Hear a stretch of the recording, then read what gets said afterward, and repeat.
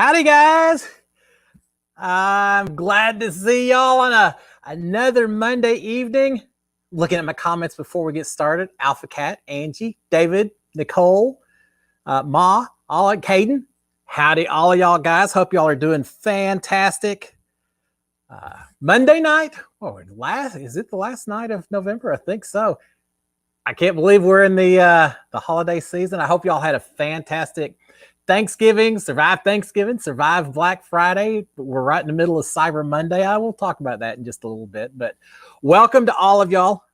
I'm going to turn down my brightness just a little bit so it's not quite so glaring to all of y'all.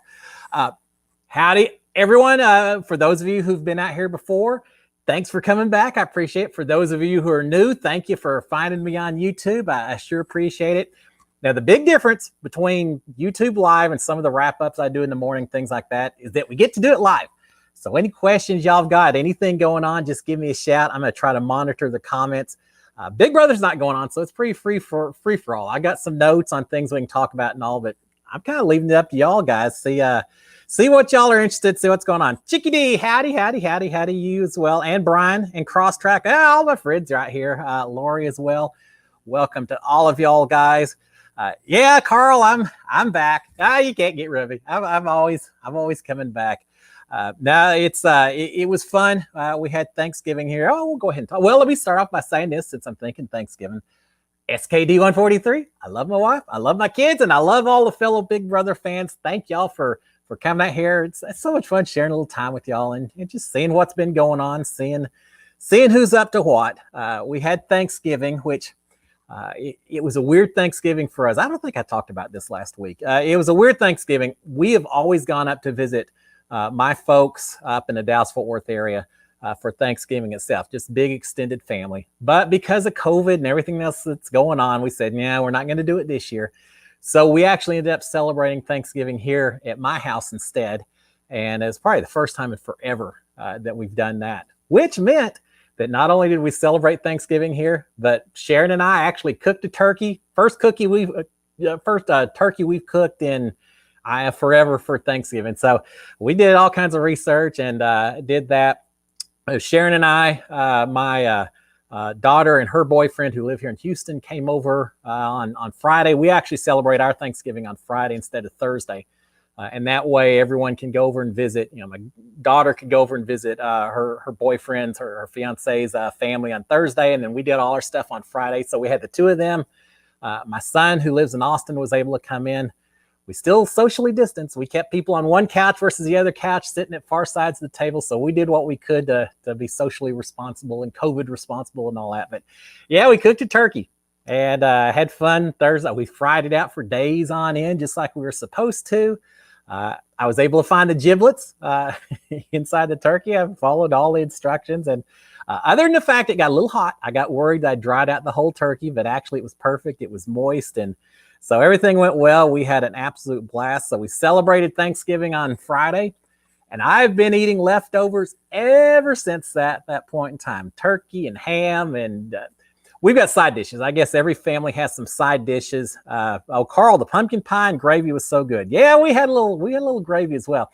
Now, our side dishes in our family, the two big ones are broccoli casserole and macaroni and cheese that we have every single Thanksgiving.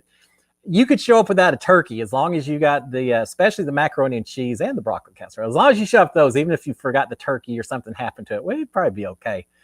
But those are our big side dishes that we have every single year. And like I say, I'm 4 days past in, 3 days past in, and I'm still enjoying every bit of it. I'm gonna have to go run a little bit extra just to work off some of the extra weight. But I don't worry about on Thanksgiving Day. Once all the food's gone, then we'll work back to something else. Jacob Patton, hey sir, how's it going? Doing pretty good. Although now I know y'all, those of y'all up north, y'all are already used to it. No big deal for y'all. But we're getting our first freeze here in Houston this evening. Which light freeze and all that, but still for Texas, we're not always used to that, especially living here along the coast. It doesn't always get that cold. So we're getting our first freeze. So yeah, I'm a little bit chilly. We've been debating, do we actually have to turn the heat on in this place? Because again, we know our winter consists, well, I don't know, it gets a little cold every once in a while, but not for extended periods of time. But yeah, so we got a little winter time, so I'm taking a little getting used to everything. The worst part on me is I've been trying to run again, and I don't like running in the cold. I don't like doing anything in the cold except snow skiing, and that's okay. But anything else, I've worked out in the cold for jobs too often. I don't like it, and so now when I get there out and try to run in it, it just takes that much more motivation to actually get my foot out the door and make it happen. So I'm gonna have to work on that a little bit. But yeah, we got a little winter coming up. Lori says my brother did prime rib. It was so good. Well, that sounds pretty good to it sounds pretty good to me. We've done prime rib in the past, but this time we did the turkey, and that was pretty good as well. Cross tracks. Ate the last of our turkey yesterday. I don't want turkey or chicken for a while. I've still got some of that. We had turkey and we had ham in case we messed up the turkey. So it's kind of a bonus for us. But the turkey actually wasn't as hard as I thought. It makes me kind of think I can probably go buy turkey pretty cheap for the rest of the year and continue to cook it up. It makes me think I wish I'd asked for a big old turkey while I was inside the Big Brother house. I don't know if they would have given it to me or not, but it would have been kind of cool. Everyone else did the cooking in there, and I was happy with just the basics, but it would have been nice one week just to cook a big old turkey and all the spreads, all the fixings, and see if I could impress some people in the house with a good old Thanksgiving in the middle of the summer. That would have been all right, huh? I may have scored some brownie points. It probably wouldn't have made a difference at the end of the season, but I would have scored some brownie points anyway. So yeah, we did that. Wobble wobble, Howdy. What's up? A little bit of everything. So anyway, all right. So we got the freeze going on. What else is going on? All right. Now with the freeze going on, I got a big question that I'm having to decide right now. Is the freeze so much that I need to worry about all the stuff I'm growing out in the backyard? I don't know if I told y'all, but I grow satsumas. This is my show and tell for the evening, I guess. Satsumas, I may have showed that to you before. I don't know. But satsumas is it's a type of orange. It's a citrus fruit. Super juicy, super sweet, easy to peel. Love growing them down here. But if it starts freezing, I've got to worry about picking them a little bit. So I've got that. And the other one, all right, here it is, guys. Oh, you know what? It's green screen, so my satsumas don't show up so much, but you kind of get the point. That's my big old loofah from out in the back. I have to pick that thing if it starts getting too cold, too frozen, or else it won't ripen correctly, and I can't turn it into sponges and everything else. So I got to debate this evening after I get through with the show whether I'm going to go out and do some picking the crops, or I'm just going to take a chance to assume it's not going to get too cold and keep on going. So I'll let y'all know. We'll see what happens.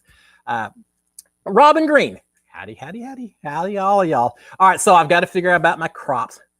I say it like I'm a farmer, like I got acres and acres out in the backyard. I live in the suburbs. I just got a regular old backyard, but I do have some stuff that doesn't handle the cold too well. So we will find out on that. What else is now here's a funny thing. These satsumas, now that they've started kind of ripening up and everything and looking good, suddenly our dog, who is very much an indoor dog, she always likes to stay in with us. Suddenly we found that she wants to go outside a whole lot more often. Well, while I was getting ready for Thanksgiving, I realized when I went outside, found quite a few orange peels on the ground. It turns out the dog has discovered that these satsumas are ripened up pretty well. And the ones that hang down low enough, she's been able to pull them off the branches. And I got worried. I thought, can dogs eat oranges? I've never really researched it too much. So I did some checking, and they said as long as they don't eat the peels, as long as it's the inside, it's no issue. So our dog had her own kind of Thanksgiving that had to do with satsumas and oranges. So it shouldn't surprise me. She did the same thing at Halloween. She would eat the inside of pumpkins and things like that, we discovered. So she likes it. She has a varied diet. Just we'll say it like that. But yeah, so all the oranges on the ground towards the bottom, they've all been claimed by the pet in the house. But all the ones that are from about 3 feet on up, I get to go eat here in the next few weeks. I'm going to be eating a lot of citrus over the next few weeks. So we've got that going on. Let's see. What else is up, guys? We had Thanksgiving. And we had Black Friday. I told y'all last week I'd done Black Friday a few times. It just doesn't seem to be the same one, especially with with COVID going on. I didn't see as much, and I guess because of that, everything was happening over the last week or so before Thanksgiving even hit, because I just didn't have that incentive to to try to get out and shop. Even getting online and checking, there wasn't nearly as much as I've seen in seasons past. So kind of low key for us today. Even Cyber Monday, I did a little bit of shopping, but it's just going to be a weird Christmas season, I'm afraid, because of everything that's going on. But that's all right. We adapt, we adjust, and we succeed, and we thrive anyway. What other shows do you want to cover? Wobble Wobble's asking. Well, all right, now one of them is The Amazing Race, and we've talked about it a little bit. I don't know if y'all saw the last episode. Going to India is always a lot of. I love when they go to India, because you got the traffic, the confusion, the schedules, trying to find places that don't have proper addresses or anything else. It's always fun when they go to India. And so I watched that last week. I did a little wrap up on that. I'm going to continue to do that, Wobble Wobble. In fact, I typically drop those episodes every Thursday morning. So I'll do that again. They're down to only 5 teams, but I love The Amazing Race. I sure hope this one filmed like 2 years ago. But I hope they do another season after that. Other shows, I've got one. All right, and here's a comment, and I'm probably going to do a separate little YouTube on this a little bit later, because I had so much fun watching it over the weekend. I don't know if any of y'all have heard of it or have seen it, but if you have Netflix, check out a show called We Are the Champions. And it's a bunch of episodes of people who do little events. And the first episode we saw was in England, a little village that does cheese wheel running. They basically roll a wheel of cheese down a hill, and everyone runs down as fast as they can. The first person to get to the bottom of the hill across the finish line wins. And it isn't so much as controlled running as uncontrolled falling as they go down this very steep hill. Picture, if you're a snow skier, picture black diamond type slopes, just steep like this. And they just fall down the hill. It's amazing that no one's died on thing yet, but we watched that. We had so much fun. So I'll probably cover that at some place in the very near future, Wobble Wobble.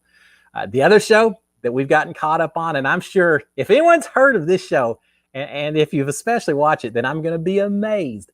But we've been watching a show from Australia. It's on Channel 9 over there, and it's called The Block. And apparently The Block is the top-rated show in all of Australia. They show it while it's on during the season. It's on like 4 nights a week, so it's a little bit like Big Brother, that they just show it every other night. There's an episode on, but it's a home renovation show where they get 4 or 5 couples that have to go in and renovate old homes or apartment complexes, things like that. And they get judged every week and win money. And but it's so fun watching the Australian version of this show, because some of the verbiage is so different from what we use. Electricians are sparkies, carpenters are chirpies, and it's just different show. But we watched that and have been slowly trying to get through the last season, which just wrapped up over in Australia. We're a week or 2 behind, but I've had a blast watching The Block. So I don't know, maybe I'll do a YouTube coverage on that, Wobble Wobble, and just see if anyone even recognizes what I'm talking about. I'll probably get all kinds of people in Australia who suddenly jump in and say, hey, yeah, what are you doing even watching Australian shows? But yeah, we'll probably do that. Angie saying, I'd be scared to travel to India, a country I don't want to visit for a few reasons. I've been there. Now, I've never been to Hyderabad, which is where the Amazing Race contestants went. But I've been to Mumbai, and it was fine. I mean, I stayed at, I had nice hotels. I was banned from traveling on the little auto rickshaws. I was told by our safety people, you were not allowed on them. They're not safe enough. You got to travel in just regular taxis instead. That took away some of the glamour. I would have done it. I would have done it just for the fun of saying I did it. But I haven't done that. But India is fun, but it is certainly crowded. There's certainly traffic everywhere. And so it's, you got to be a little careful over there. It's, there are a lot of people, and the traffic. We would go to a location, an office that was 5 miles from where I was based, and it would take us 2 hours to get there, just cutting through side streets and things like that. So it's a very interesting place to visit. It's a beautiful place. Some of the culture there is really cool, but you just have a lot of people there. I'm looking at Lori, a preschool teacher. Today we were talking about pets on a remote learning live. I mentioned someone I knew had a pet skunk. I couldn't remember its name. They thought that was so cool. All right, Lori, my pet skunk's name was Oreo.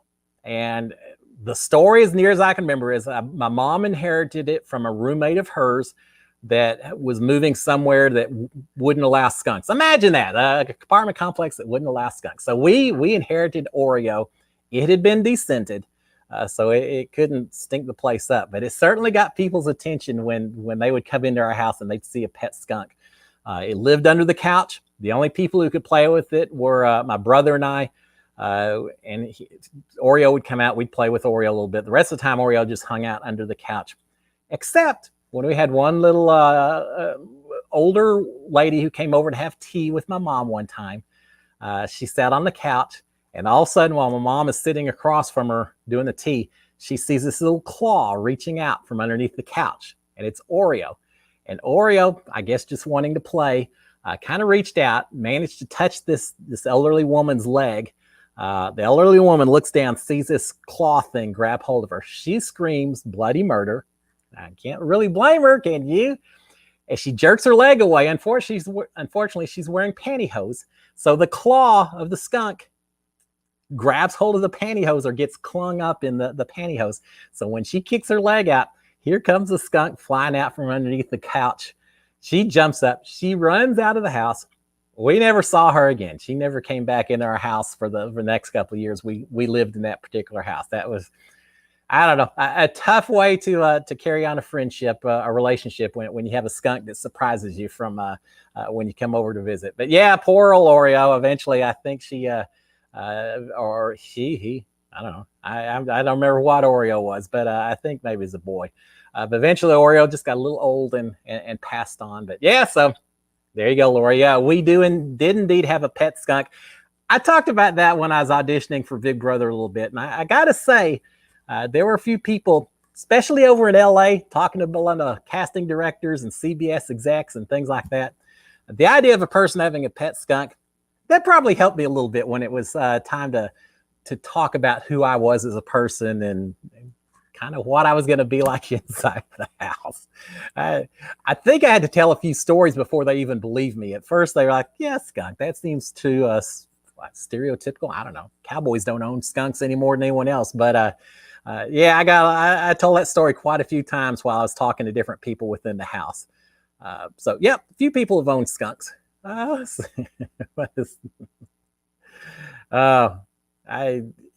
We own dogs, so yeah, I don't think I'd own a skunk nowadays, but it was okay. Ma, so how many countries have you been to?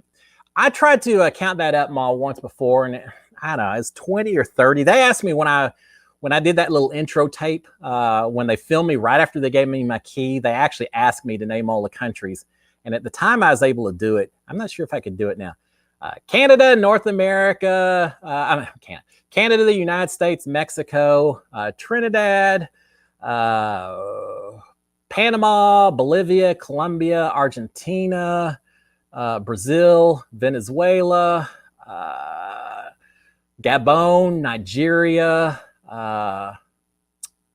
Angola, France, Germany, England, Scotland, Russia, China, Malaysia, Indonesia, Japan, United Arab Emirates, Saudi Arabia, Kuwait, Oman, Kazakhstan, Azerbaijan, and there's India, a few more. I know I'm leaving a few of them out, but around 20 or so countries once you add them all up. And so much fun. I love traveling. I haven't done it in a few years. It's moved on to a different part of my life and all that. But yeah, I always love traveling and just visiting different places.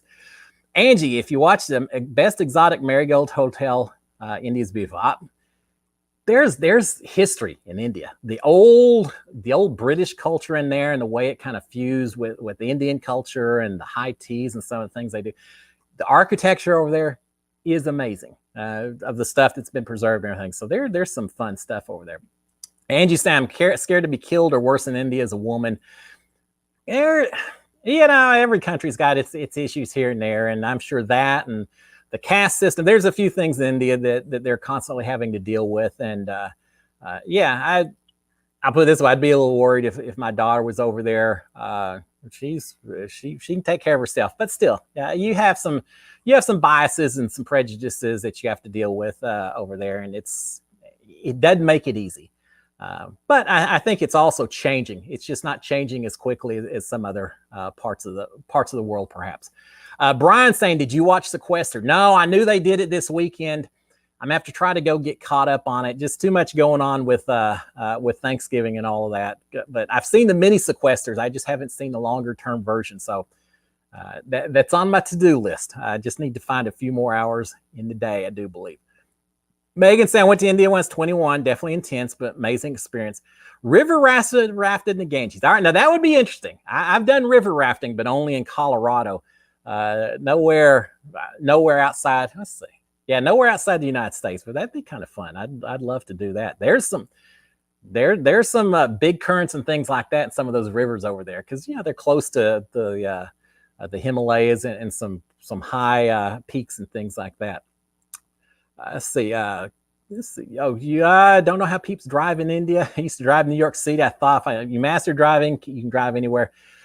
After seeing India, yeah, we didn't drive in India. We weren't allowed. Not only could I not take the auto rickshaw, I couldn't drive in India as well. The country I've driven in that was probably kind of the most dangerous I actually was allowed to drive in was Venezuela. And Venezuela, four-lane highway means you got 5 or 6 cars that can squeeze side by side. You don't worry so much about what's painted on the roads. You just, if there's a space to fit in, you fit in. The biggest issue I had when I was in Venezuela is because I was working for a Western company, we weren't allowed to speed. So we had regulators on our car. So if the speed limit was 55 miles per hour, you couldn't go over, say, 60, or it would record it and you get in trouble, things like that. So we had to stay at the speed limit, whereas all the cars around us were going 30 or 40 miles over the speed limit. So I'm over on trying to stay alive. There's just cars coming up on me all the time, cutting around me and everything else. Little scary at times. But yeah, I've driven in Venezuela, but other places where traffic was just horrible. Indonesia is rough. Nigeria is rough. Those places, there's no way I'd get behind the wheel. I'm just not used to the way it works. You don't get anywhere unless you're pretty aggressive. Now in Houston, you've got to be a little aggressive as well. That's there's a certain type of driving that occurs on the freeways around here. One of the reasons we have so many road rage incidents, it seems like. But you got to be a little aggressive in Houston, but nothing compared to some of these other countries. And I'm fine just letting taxis take me around in most of those. Let's see. New series when COVID ends, driving in different dangerous countries with Cliff Hogg. Yeah, I could tell a story or two. There's people, sometimes you just want to close your eyes and just pretend like you were anywhere but in the car itself. I'll tell you, one of the worst ones I had, though, was actually not the driving, but just the worst situation. I was in Trinidad and had to have a meeting with the local oil company, which is up at the top of a big mountain in the middle of the little island of Trinidad. We had a huge breakfast in the morning, get in the car. We're trying to drive to this office. Rush hour traffic, just horrible. The cars there, all exhaust everywhere. There's 5 or 6 of us squeezed into a very small vehicle. I'm sitting in the very center. And we start going up this hill, and the exhaust plus just going back and forth on this road over and over again. I don't ever get car sick, but this is one time where I sat there and thought, gosh, just drop me off on the side of the mountain. I will walk my way up, because I do not want to be at the top. I don't want to be in this car any longer than I have to. And I was miserable for about 30 minutes till we got to the very top. Once we got out, I could barely walk. I felt so bad. And I'm the one that had to give the big presentation to all these engineers. And it was so bad when I walked in, was getting set up. The engineers all looked at me and said, "You look horrible." Well, I've had better days. So they went and got me some water and a soft drink and things like that. And I got cool air conditioning on me and cooled down and everything. It worked out fine at the end. But yeah, I've been in some situations with cars that are kind of very interesting. Chicky D, I like the smell of skunks. They remind me of pistachio nuts. Well, I like whipped cream too, until I got smashed in the face with them for a solid week and had to smell the soured milk of whipped cream. So, Chicky D, I think anything that's in excess starts getting a little irritating. And I have a feeling when you smell a skunk from a little ways away, I always think it smells a little bit like burning rubber. That's okay, not the end of the world. When it's on you, when it gets up close to you, a little bit different situation. When I run in the evenings, I run at night, I've had a couple of situations where I came across a skunk. And you think I can run? I run kind of slow, but I have a little burst of speeds. And when I see a skunk, I'm Usain Bolt as I'm getting around that skunk and as far away as I can, because I don't want to get sprayed. I don't think my wife would let me sleep in the house. I'd be sleeping in the backyard. The dog sleeps inside. I'd be sleeping in the backyard if I got sprayed by a skunk, and I wouldn't be complaining either. Yeah, so far away, they're fine, Chickadee. A little closer, I think I'll let you handle the skunks because I have no desire to mess with that. Balin, audio quality sounds good. Well, thank you. See, I figured things out. I just took a little tweaking here and there to make it all work. Lauren Santiago, tell us what the isolation period is like before you get into the house. It's tough. Well, I don't know. It's tough, Lawrence, but you're so excited about being in the house. Yeah, we were isolated, I don't know, a week or so, something like that. And obviously no communication, no cell phones, everything, nothing. Everything was taken up, no TV. We had little DVD players and DVDs that you could watch just to keep you entertained. I thought they'd have a lot of episodes of past seasons of Big Brother that I'd be able to watch and kind of get up to speed, but they didn't have those. I also asked for the Hunger Games. I thought that would put me in the right mood for Big Brother, but they didn't have that either. If I remember what I watched a lot of, it was Mad Men. I kind of binge watched that show because I'd never seen it and enjoyed it. But you spend a lot of time doing that. I was trying to exercise, do things just to stay in shape as best I could. You would order and food would be brought to you, but you were never allowed to leave your hotel room. We didn't even have our keys or anything. You were stuck in your room. There was a time or two where we went and did like press. We did all our interviews. There was a time where they went and took all the pictures you see of us posing. And, in the beginning of Big Brother, when you see us doing our dancing, spinning, things like that, we did things like that occasionally. But for the most part, it was just a whole bunch of downtime, just waiting and just anticipating what you were going to do, how you were going to behave.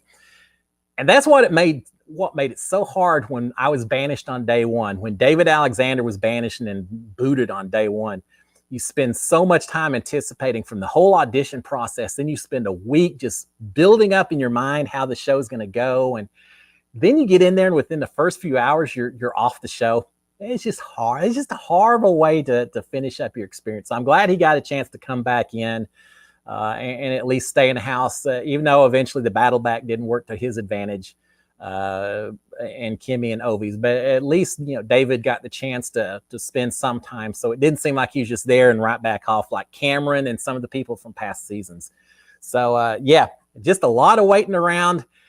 I've always heard, Lawrence, that some of it has to do almost just testing you out. If you can't stand a week of isolation outside the Big Brother house, how are you ever going to survive it when you get inside the house? And so I guess, in some ways it's a test. But also, it almost was easier when we got inside the house because when you were in a hotel room, you were completely by yourself. I don't know if that's easy or not. You were completely by yourself.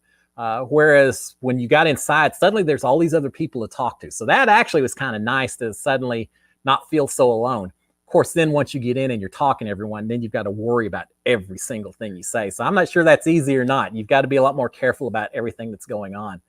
I remember right before, like the morning we went into the house, waking up and taking a shower and shaving and getting dressed. And I remember thinking, gosh, this may be the last time I get to do any of this stuff without cameras and microphones all over and the whole nation watching as I shave and do, everything. So it was kind of a strange feeling knowing what you were getting ready to get yourself into, but it's still well worth it.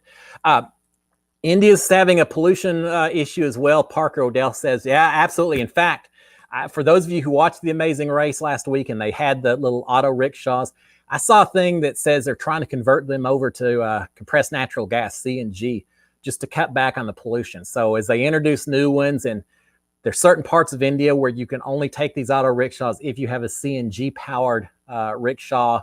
I think if you're picking people up from certain airports in certain cities, things like that, you have to have the environmentally friendly auto rickshaw. So they're doing what they can to fix it up. There's still a lot of pollution. It's just a lot of things. I mean, how do you fight it when you have so many people in some of these cities? That Hyderabad is like the 35th largest city in the world. Here in the United States, the only two cities that are bigger than Hyderabad are New York and LA. And that's only like the 4th or 5th largest city in India. You've got Mumbai and New Delhi and a few others I can't even think of right now. But so you just have a lot of big metropolitan areas over there. Dolores L, have you ever thought about playing Sequester Mini? Yeah, that'd be fun. I'd love to do it, Dolores. Had thought I'd have an opportunity to do it. Talked to them one time and schedule and some of their stuff didn't work out. And they canceled that particular one. But yeah, I'd love to do it somewhere down the road. Audrey, I got to do one little Zoom interview with her and some other former BB contestants once, and just cool. It's so cool that she's been able to create this whole new platform as well. So yeah, that'd be a lot of fun if I got a chance to do it somewhere down the road. I watched when Ovi and Tommy and Jessica did it. So I've seen some other Big Brother house guests get in there and play the game. It's a fun game. It'd be pretty neat. No history lesson today, Cliff. Yeah, cross track. I thought about it. I actually went out and did some research. There's just not that much that happened today. There were some famous people that were born. I think on this day during the Korean War, President Truman said, hey, we'll use the atomic bomb if we have to stop China from coming into Korea. A few little things like that. But I didn't figure there was anything worth. There's always stuff worth talking about, I guess, historically. But I didn't think there were things quite to the level of throwing them out here today. So yeah, no IBM smartphones, no Berlin Wall falling. All right, now here's one deal. On this day in 1950-something, Russia formalized the division of Berlin so that they took over the eastern part of the city and it became part of East Germany, and everyone else got the rest to be part of West Germany. So that was formalized today. There you go. That's as good as I can do for history today, cross track. What's your favorite item at Whataburger? Lawrence is asking. Oh, I like just the old Whataburger with cheese. It's kind of my go-to. I put a lot of jalapeno peppers on it, make it nice and spicy. But they've got some chicken strip sandwich I've had just recently with buffalo ranch sauce on it. It's really good. And then I kind of go to, when I go there in the morning, is their breakfast taquitos. Tortilla with eggs and cheese and some sausage. Perfect. I wish they served those things all day long because I love my taquitos. That was kind of our college breakfast food lots of times. You'd be running around all night long. You'd get up in the morning, you'd go over, order a bunch of breakfast taquitos from Whataburger, take it back to the dorm room, and that was kind of our survival food every once in a while for the weekends. But yeah, you can't go wrong with Whataburger. They talk about that there's 10,000 something possible options or things, choices, versions of food that you can get there, and I believe it because there's a lot of them. But I always go back to that Whataburger with cheese. Any reviews on the Hogg family in Houston? I read that book recently. Parker says we've got a book. In fact, I'll have it next week, called Ima and the Hogg Family. I think Governor Hogg, first native-born governor of Texas, 1891. I think somewhere right around there. But he was first native-born guy. He's the one that created the Railroad Commission in Texas, which most of y'all probably don't know what that is, but Railroad Commission controls the railroads, the oil industry, makes sure they're working environmentally and saving, not wasting resources, things like that. But he helped form that. But he had two kids. He had William Clifford, which is kind of how I came about my name. And he also had a daughter, Ima Hogg. And no one really believes that he really named her Ima Hogg, but he did. And she was a huge philanthropist here in the city of Houston, the state of Texas, donated all the land for what became Memorial Park, which is kind of our version of New York's, what's the garden down in the middle? Central Park. So, yeah, they had a lot of money. I guess we were the black sheep of the family. We weren't quite so connected, but we are connected if you go back enough generations and everything else. But I was named after my father, the junior, who was named after his dad, William Clifford Hogg Sr., who in turn was named after the governor's uncle because of the family connection. So yeah, it's a cool family name here in the state of Texas to have, last name of Hogg. So yeah, I'll show you all that book next time I'm on here. Lauren saying, which Big Brother alumni would you pick to be your partner on Amazing Race? Oh, there's a lot of them, Lawrence. I'd be happy playing a lot of different people. You take someone like a Kevin or Donnie Thompson. They'd be fun to play with, just two of the older guys, and me. I think we'd have a fun time just showing some of the youngins how to play the game and doing our own thing. So they'd be a lot of fun.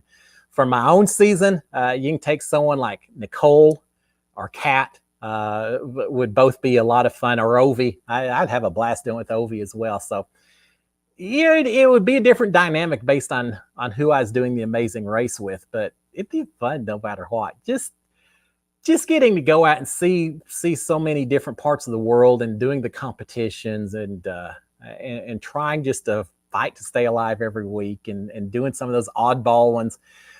And I think athletically, there's some things that some people would be able to do better than I could, but then there's other things that I think, I tell you what, I think I'd have a hard time with is some of the choreographed steps where you've got to learn these long dance moves and things like that. I'd do it and I'd figure it out eventually, but I probably wouldn't be the absolute fastest. I'm not a Tommy Bracco when it comes to learning dance steps and everything. But then there's other challenges like eating the weird foods or identifying the strange, combinations, things like that. I think I'd be pretty well at some of those. So yeah, it'd be a lot of fun. Between Kevin and you, there'd be a lot of stories. Yeah, Brian, I think we'd just sit on those airplanes because I think some of those times when they fly even when they flew from Kazakhstan to India, I think it was like a 12-hour flight. It was drawn out. When they flew from Brazil to Germany or France, I think it was like a 24-hour flight by the time you had a couple of stopovers and all of that. So, yeah, I think so. Like Kevin and I, we would just sit on the airplane and just tell stories the whole time through. And I don't know if it'd help us get any further in the game itself, but we'd have a lot more fun hanging out with everyone, I think, just sharing stories. Between Kevin telling his stories about being on the streets of Boston and me telling my stories about being out in the West Texas oil fields and such, yeah, we could have fun on the show. We'd have a blast. They'd be so diverse it would work. Yeah, we're a little bit different, but in a lot of ways, I think we're not so different either. So we'd have fun. Cliff and Kat would be hilarious on Amazing Race. Yeah, I'd love to do it with one of my kids. They're so smart and they're athletic enough. I'd love to do it with my son or my daughter. It would be so much fun. But if we're talking strictly Big Brother alumni, yeah, Kat would be kind of interesting. We'd have fun. I don't know how well we'd do. Of course, she's pretty athletic, so we could probably cover each other's different area. Where she's strong, maybe I'm not so much, and vice versa. So I'm sure we'd do fine. But win or lose, we'd have fun in the game as well. Moss said Cliff could work with anyone on The Amazing Race. I'd like to think so. I'd like to think you could just throw some random person in on that show and I'd still be fine. We'd still figure it out and make things happen. And we'd finish with a smile on our face, whether we got booted first episode or we ran across the finish line and won $1 million. Of course, if we do that, you think you've seen a smile on my face, wait till I win $1 million. Then you'll see a smile on my face. That's all you'll see is just one big smile. There's nothing else but just one big smile on my face. But yeah, that would be a lot of fun. And hey, Betsy, I remember you from TV Co. And that's been over months since I've been doing TV Co. But hey, again, thank y'all for finding me out here on YouTube. This has been a lot of fun as well. And I get to use green screens on YouTube, which is kind of cool also. Cliff and Rupert would be, all right. Now, Parker, that would be a lot of fun playing with Rupert.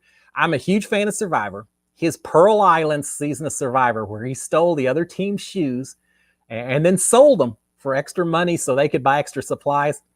I knew from that moment on that Rupert was going to be one of my personal choices. Now, he came back later, and I know he had one task where they had to build a shelter on the beach, and they wanted to dig it below ground and didn't seem to be the best possible choice. So, everyone has their highlights and their lowlights, but I love watching Rupert play. He's just so much fun. I would have a blast playing with him on The Amazing Race or any other kind of reality show as well. Angie saying, I wish they'd combine Amazing Race Canada and US. I agree. And then I can compete against Cliff.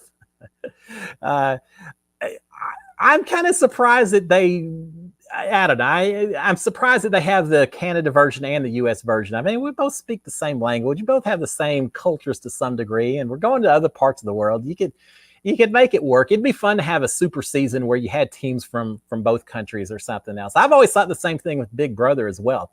And I know there's different networks and production companies and things like that, but it'd be kind of fun if you had some of the Canadian Big Brother and US Big Brother kind of merge back and forth and try it out and see how that works with each other. So yeah, Angie, I'm all for it. And you know what? If we're on different teams, I can't promise I won't U-turn you or yield you or anything like that, because you got to play the game. But I wouldn't do it unless I absolutely had to. How about that? That'd be a lot of fun. I was hoping for the Big Brother US versus Canada season. Now they did that on mini sequester. They had equal Canada and US Big Brother people, and it kind of turned into to one country versus the other. It kind of, you get alliances formed just because of your background. And, that's what we see on Big Brother, is anything that can potentially create a bond between you and another person, you try to use that to create an alliance with. And so if you're talking men versus women, US versus Canada, I could easily see different alliances form just because of the countries. But it'd still be fun to watch. Parker saying, how about Australian Survivor All-Stars winner playing US Survivor? He's a beast. I don't know who the All-Stars winner is. I've met Russell Hantz. He lives here in the Houston area, and he went to one of the Survivor, the Winners at War, the premiere episode. He was there, and I was there, and Karishma and Carl Boudreaux from Survivor. So the four of us were there. It was a lot of fun. But I talked to Russell just a little bit about Survivor and his experience in Australia because he played one season of Survivor down there versus him playing Survivor here for the US. And so he told me some of the differences and everything. But I've only watched a few episodes of Survivor Australia, but I'll check out their All-Star season. Angie, I won't turn you unless it's the last round or I have to. That's fair. That works for me. But here's the thing, Angie. You and I could be on the same team. We'd make it happen. No one would suspect us of ever, or even if we were out on the same team, we could work as an alliance of two teams. No one would ever suspect the two of us working together, and we would dominate. We could finish the whole thing and surprise everyone at the end. So yeah, we could have fun doing that for certain. I love my reality shows. I watch the most oddball reality show competitions, and I watch them all. I haven't talked about it here, but we watch The Bachelor or The Bachelorette. We watch Top Chef. We watch Master Chef. We watch America's Next, insert whatever profession. We even watch Forged by Fire, where they make all the different weapons. The blacksmiths make the different swords and everything. So if it's just regular people coming on a TV, Chopped is another one. Regular people coming on a TV and trying to compete against each other. I just enjoy that a lot more than most of the other things that I see on broadcast TV. So yeah, and I'm game for any of them. Well, maybe not Master Chef and everything. That'd be the quickest show you'd ever see of Cliff Hogg competing on Master Chef. I'd be in there. Gordon Ramsay would look at mine and say, "Yeah, go ahead and turn on your apron. You don't need to actually turn the stove on or anything. We're good, Cliff." But that's all right. I love all those kind of shows. Have you ever watched a challenge, Moss? And oh yeah, I love the challenge. I've watched it for quite a few years now. I used to watch in the old days. Before the challenge, you had The Real World from MTV, and then you had Road Rules from MTV. Two different shows that kind of end up merging together a little bit to form the challenge. I don't know how long that's been, but I used to watch The Real World all the time up in New York, and then Puck in San Francisco, way back in the day. So we've watched the challenge for, 5 or 6 years, something like that. So yeah, I actually thought there was a possibility when we went in Big Brother 21 that Johnny Bananas was maybe going to come into the house as an extra guest. I think I've talked about that on here before, because there'd been talk that maybe he would go on Big Brother celebrity version, and then he didn't. But then I thought, well, he could actually come on just as a regular contestant as well, perhaps, because we've seen people. Jeff Weldon came on from Amazing Race, came into Big Brother, so it wasn't unheard of. So I was all ready in case I saw Bananas to immediately go tell him, say, hey, no one's going to suspect that I know who you are, but I know who you are, and I want to work with you and see what we could have made happen. So yeah, it's let's see, what's your challenge? Remember Solitary? That show was big. Parker, Solitary. I watched Solitary. What was that on, the game show, reality TV network or something? I don't even think the network's around anymore. For those of you who aren't familiar, Solitary is an amazing show, because you're put in a giant pod. Picture a walk-in closet-sized room. You stay there. You don't know who anyone else that you're competing with. You don't ever meet them. You have a challenge that you have to do, and it's always something like drag this big, heavy rope over you. You have to crawl over it, drag it over your body, then underneath your body on like jumping rope or something, and keep doing it until you can't do it anymore. And when you can't do it anymore, then push the button saying you're stopping. And if you did it fewer than anyone else, then you're booted out of the show and that's the end of it. But you don't know. You could be the only person left. Everyone else gave up after doing 100 times. You're on 120 and they still don't say that, hey, Cliff, you've won. So you just keep doing it over and over again until your body's absolutely exhausted. But yeah, solitaire was great because they had physical challenges. They had one where I think they played Tiny Tim's Tiny Bubbles and had bubbles just floating across the in your room the whole time and really jarring lights going on and hearing the song over and over again. And it was just who could stay in that room the longest listening to that song on continual loop until you got crazy and you had to stop the program. So solitaire was great. If they bring back a reality show, solitaire would be a perfect one. It was a lot of fun to watch. I don't know if you can even find old episodes of it on Netflix or somewhere. I'm not real sure. But yeah, that'd be a fun one.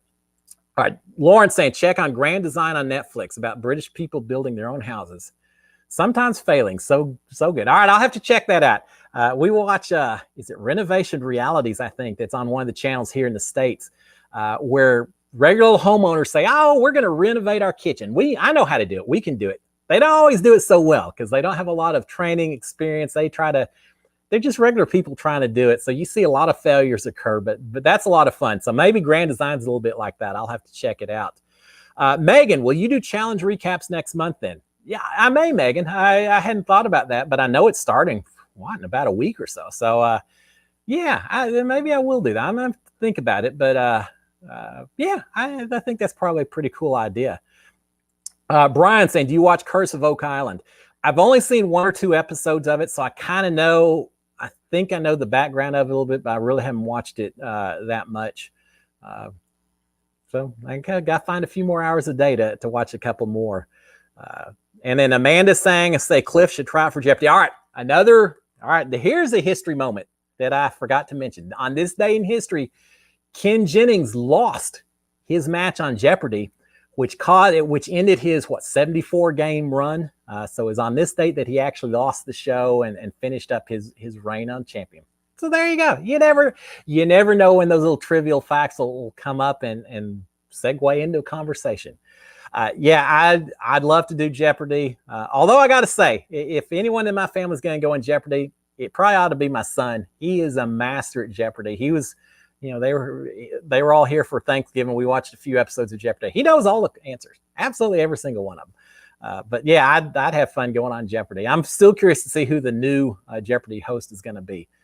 So we'll find out. With Julie as guest host. Well, okay. Maybe Julie will help me out a little bit when I need a little help. That'd be all right. Cliff, can you explain sequester Attila for me? Yeah, as best I can, Deborah. It's similar to Big Brother. You have a lot of people. The difference between sequester and Big Brother, and again, I haven't watched the full sequester. I'm only talking about mini sequester. So, but I think it's a similar deal. But every round, when someone's evicted, there's typically a different twist. It's not like Big Brother where you kind of have the same format every week. Maybe the challenges are a little bit different, but the format of the game is fairly similar. In sequester, every round can be completely different, from spinning a random wheel, and some people in some rooms are protected, others are not based on what room they're in, or there's just a lot of different ways that you can decide you can't vote for a person that you've already voted for, or the people who voted, you can only be evicted if the vote count against you is an odd number or an even number. There's a lot of things like that just add a lot more intrigue from round to round that you have to deal with. So it's almost like every round is completely different from the other rounds, but you're still trying to build relationships, create these strategies, protect yourself, watch out for other people, things like that. But you got to deal with a lot of different twists. So that's as best I can do in a little 5-minute nutshell of sequester. And it's all done online. It's no, the networks don't have anything else. It's just created by Audrey Milton, who was a former contestant on Big Brother, who then went out and created this format and has done fantastic with it. Yeah, Angie, if the final Jeopardy topic is Big Brother, well, here's the thing. If it's Big Brother, I'm probably betting everything. I'm going all in. I'm making this a true daily double and all of that. But if I don't get it right, I'll never live it down. For the end of my days, I'll have to deal with whatever question was asked that I didn't get right. Even worse, if it's a category or if it's a question that somehow involves me and my season and I still miss it, that would be embarrassing. But hey, that'd be fun. If I see Big Brother's category, I'm going to feel pretty confident about my guessing and my choices.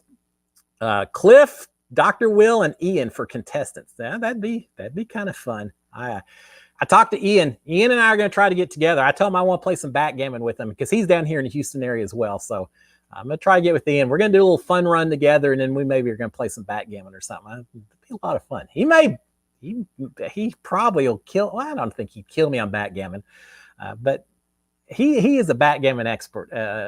That is for certain. So I'd love to sit down and play with him and see it. Ma saying your phone at 1%. All right, well, that's the beauty, is that this is on replay. And speaking of that, for any of those of you who are watching this on replay as opposed to live, hey, thanks for coming back out and taking a look and watching as well. I appreciate that also. Dolores saying the first episode of Sequester just started Sunday. I knew it happened this weekend, so I'm going to have to go back and get caught up on it and see what the longer version of the show is. I've seen the cast release, and it looked like a fun cast. So I need to actually watch it and get up to speed on that. And then Deborah saying, where can I watch except YouTube? I think that's it, Deborah. I think they do have sequester.com. Maybe there's a website, and I don't know if you can watch it there or not, or they just direct you back to YouTube. I don't know. If someone else knows and can tell Deborah, that'd be fantastic. I think I've always watched it on well, the mini sequesters. I may have watched it straight from their website. I don't remember at this point in time. I just don't know, Deborah. Live stream the Ian and Cliff backgammon game. Yeah. All right, now the Queen's Gambit has made chess hugely popular. I saw on the news over the weekend. Everyone wants to play chess now after watching Queen's Gambit on Netflix. And if you haven't seen that, watch it. It's an amazing show. We binge watched it a week or two ago. It's fantastic. Yeah, maybe Ian and I live streaming some backgammon episodes. We'll fire up backgammon exactly the same way, and yeah, we'll have an intensive cutthroat game of backgammon. Yeah, it's interesting. I know I've said this before. It was interesting when I was inside the house playing backgammon against different people, looking at the way they played the game of Big Brother versus the way they played the game of backgammon. Not always so different. Mickey was aggressive. He'd take his chances every time he had a chance. Tommy was always thinking everything through, was always very conservative in the way he played the game of backgammon. Very similar to the way they played Big Brother as well. So I think even playing games inside that house can give you clues about how someone's playing the game of Big Brother. So, all right, Crosstrack saying same thing. Love to see this live stream. I'll have to talk to Ian. We'll have to try to figure something like that out. Hey, we'll make it a pay-per-view. Yeah, Mike Tyson, Roy Jones Jr. fighting each other. Oh, whatever. Yeah, $59.99. You can pay $5.99 and watch Ian and I play backgammon against each other. And we'll send it all off to charity or something like that. That may be a little too cerebral. I think watching Mike Tyson and Roy Jones wail into each other may be a little more exciting than watching Ian and I staring at a screen trying to figure out where we want to move our pieces. But yeah, all right, maybe we'll keep that in mind. Maybe if we don't live stream it, at least we'll maybe do some little YouTube video of it or something, and we'll figure out some way to make it fun. I don't know if Ian would go for it. Maybe we'll have some little side bets, some little side challenges based on how different people do of things you have to do. David saying, did you watch the fight this past Saturday? No, David, I didn't. Well, for two reasons. One, I just didn't want to do the pay-per-view for it. I remember the old days when all the boxing was free on Saturday nights. You'd watch it, Howard Cosell and everything. I hate the idea that you have to pay for all the big ticket items and everything else. But the bigger reason I didn't watch it was because my A&M Aggies were playing LSU in football Saturday night. And, A&M's got to take my priority when it comes down to my sports. And I was busy watching A&M play and win against LSU. But I was keeping track of the fight itself. I understand that Mike Tyson may have done a little bit better than Roy Jones, even though they apparently rewarded or decided it was a draw at the end and they both got belts and all of that. But I heard Tyson did pretty well, considering, I don't know, they're both 80 years old or something.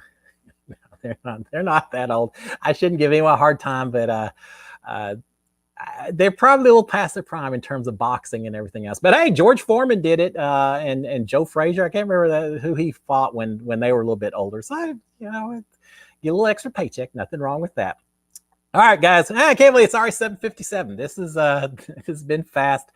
It's funny now that Big Brother's on. I never really know what kind of questions we're going to talk about and where we're going to go with these things, and that kind of makes it fun. I'm always happy to talk about anything, as y'all can tell. It doesn't faze me whatsoever. I want Tyson versus Manny Pacquiao. I don't know that much about man. I mean, I know he's great. I think I don't know how long Tyson would last with Manny. He's more in his prime, isn't he? So I don't know. Well, that could be fast. I do remember. I got to shut down, but I'll deal with it. I remember when Mike Tyson fought Buster Douglas, and that's when Mike Tyson was knocking people out 15 seconds into the first round. He'd take them out. And so when he fought Buster Douglas, and it was on Showtime, regular TV more or less, and so we watched it. And I remember it was all just a bet of, is he going to make it past the first round? This guy, he's nothing. And no one even knows who Buster Douglas is. He got out there, and it's just like Rocky almost. Yeah, he threw a punch or two. He put Tyson on the ground. So I was like, oh, my gosh, he's actually doing okay against Mike Tyson. And then he just kept doing better and better. And when he knocked out Mike Tyson and was the new world champion, amazing. That's one of watching that and watching the men's U.S. hockey team beat Russia in the 1980 Olympics, two of the biggest sports moments that I will remember forever, because they were shocked, such surprises, just such, oh, I can't believe it.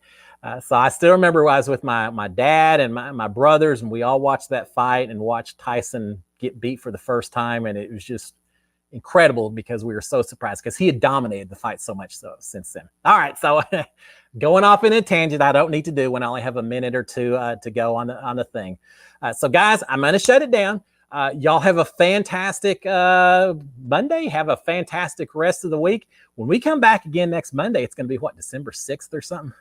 We're right in the middle of the holiday season. So we'll see. I'm got to decide again whether I'm going to go pick my oranges and satsumas, or my satsumas and my loofahs. So I may have a whole crop to show off for y'all next Monday. But in the meanwhile, y'all have a fantastic week. Stay safe, stay warm, and keep an eye out. I'll be making some postings throughout the week here and there. I may talk about the cheese rolling and running down the hill if I get a chance, because I really had fun watching that. Y'all check it out if you haven't had a chance to.